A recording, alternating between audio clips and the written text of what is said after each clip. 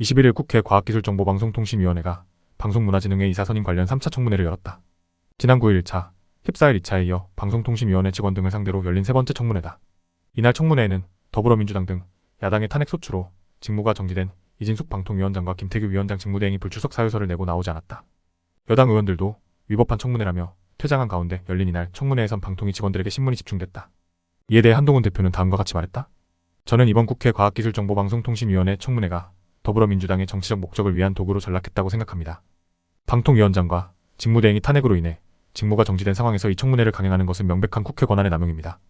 이러한 방식으로 정치적 목적을 달성하려는 시도는 매우 유감스럽습니다.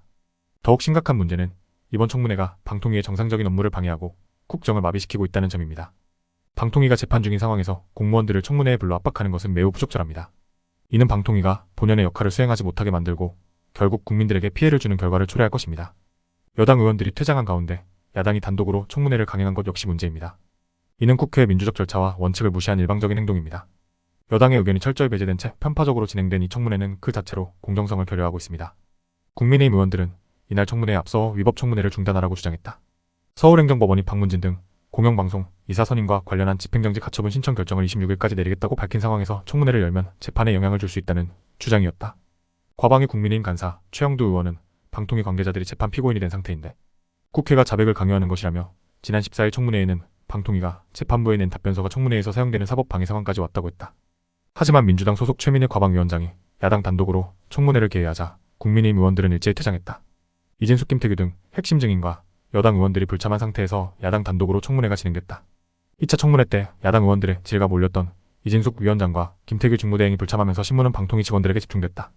특히 민주당 의원들은 지난 8일 1차 청문회를 앞두고 방통위가 국민의힘에 보낸 공문에서 국회를 향해 위원회 결정에 따라 업무를 수행했을 뿐인 방통위 사무처 직원들을 너무 힘들게 하지 말아달라고 하소연한 것을 문제 삼았다. 민주당 조인철 의원은 방통위원장 등이 답변하는 걸 보면 그 준비를 위해 직원들이 힘들었다는 생각이 전혀 안 든다며 청문회 몇 번 더 했다고 해서 공무원들이 힘들어 못 살겠다는 탄원서를 보내는 건 처음 본다고 했다.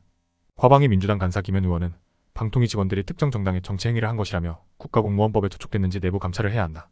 용산 지시에 따른 것 아니냐고 했다. 최민희 위원장은 자료를 제대로 냈나, 답변을 제대로 했나, 뭐 하느라 직원들이 고생했느냐며 국회가 일을 하겠다는데 항전하는 거냐고 했다.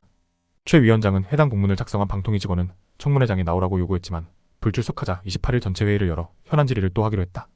최 위원장은 이날 불출석 사유서를 내고 청문회에 나오지 않은 이진숙 김태규 두 사람을 고발하는 안건을 상정해 의결했다.